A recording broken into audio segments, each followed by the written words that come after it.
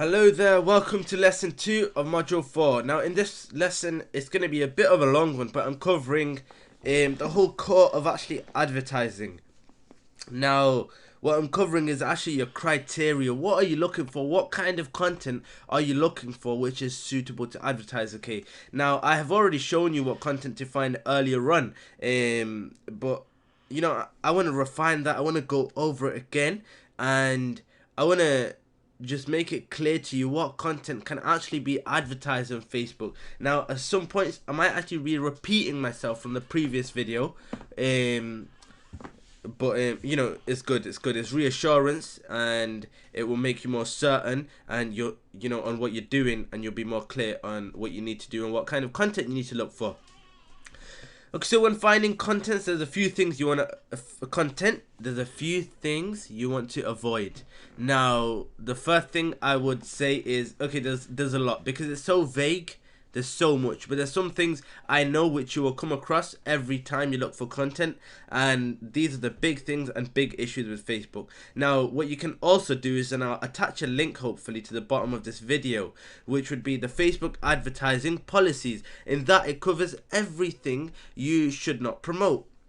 But I want to cover some ones that you'll probably come across, and I want you to know it's a big no-no straight away. So one thing is, no cure related articles. Okay, there's no such thing as a cure. Okay, when you're doing content, you're not doing such things, and because we're not selling anything, we're not selling no pills, we don't even need to take the risk of selling these guys a bloody cure on content. Okay, we don't want to promote an article which says, oh, if you read this in this article we are giving away a cure for cancer. No.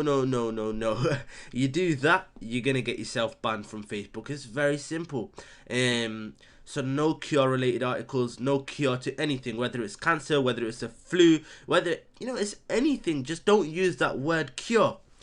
Second thing is no claims and no promises. Okay, what I mean by this is, you know, you're not going to promise anyone anything. You're not going to tell them that once they read this article, they will become rich. You won't say that once you read this article, you will make $300 a day. You will not claim that 10 people read this article and their lives changed, they became millionaires, or, you know, cancer walked away from them, they are cancer free now after reading this article. No false claims and no false promises. Okay, content is meant for entertainment purposes. We're not here to change people's lives. We might uplift them, we might motivate and inspire them, but we are not here to change their lives. We just want good content which has the potential of going viral, something people are going to enjoy reading, something you yourself would read and would be interested and would share it because of the nature of the content. Okay, no claims, no promises, no cure related things. I mean, you know, I mentioned the cure. I should have just put that in with the claims, because it is, you know, it's a claim that, oh, you know, you've got the cure to cancer. Nothing like that. And, you know, just knowing this, knowing that there's no claims, no promises, you'll know from there that all the content, I mean, you know, whenever you find content, you look for content, you'll just know what not to look for, what not to promote, and what to promote. And obviously, if you have any further questions regarding that, you just pop your article, the content you found, into the group, and I will just approve or disapprove them. Okay, now the second thing with content is, when you find an article, you want to be sure that there is a target audience for it. Okay, now what do I mean by this? You'd imagine that everything has a target audience. But then again, let's say you've seen an article, you've seen an ad on Facebook today, and in this advert it says, a boy stands outside of the mall, you know, 5 hours a day. Watch what happens next. Okay, now there's a video. You click on the ad and there's a video. Okay, and no one knows what's going to happen there. The way you get people to click on the ad is by creating that curiosity, by saying watch what happens next. But who are you going to target? A boy stands outside of the mall 5 hours a day. Watch what happens next. There's no one you can target, is there? You can carry on thinking about it, but there is no target audience for such things, and we see such content every single day. Now you'd wonder, how did these people get them, such content to become viral?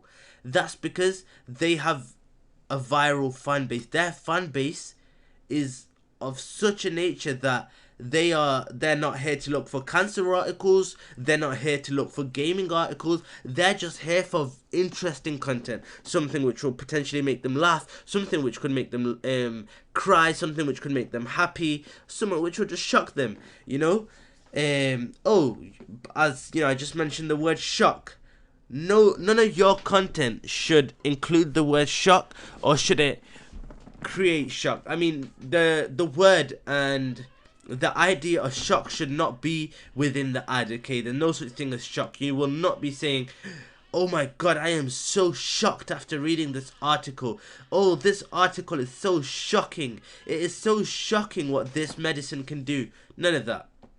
The other thing with content, do not, do any defamation of brands. Do not mention any single brand's name, okay? Whether it's McDonald's, whether it's KFC, okay, whether it's BMW or Mercedes, you will not mention brand names, okay? Brand names are risky. They're not, there's so much content out there that, even if there was a good article on McDonald's or Mercedes, we do not need to use it, because we can find good content in any other niche, right?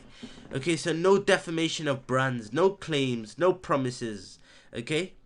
And back to what I was saying about finding, an audience which, you can, there's people you can actually target, certain interests. Now, I gave you the example of a boy standing outside the mall, and, 2 minutes later, I guarantee that you thought of no interest you could actually target for that. However, now let's say this is one of my articles I've given away in the past. 10 warning signs of prostate cancer you shouldn't ignore. Straight away, you know the target audience because it's in the title. Okay, prostate cancer. You see what I did there? 10 warning signs of prostate cancer. And it actually, in the title, I just realized it says men should not ignore. Now, prostate cancer, okay, number 1. Men get prostate cancer, okay, number 2. Now we know we need to target men, and we need to target the interest of prostate cancer. Now, with the cancer-related interest, we can also target other cancers related to prostate cancer, let's say. Now, on Facebook, the moment you type in one interest, it gives you a bunch of related interests, and you can keep clicking them. As long as it's within cancer, and it's a man's cancer, male cancer, by all means click it and add it to the audience. You can easily build up an audience from there, but the key is in the title, okay? If you do not see your target audience within the title of the article, that is not an article you should run. As viral as it may be, if you cannot spot a target audience for it, do not run with it.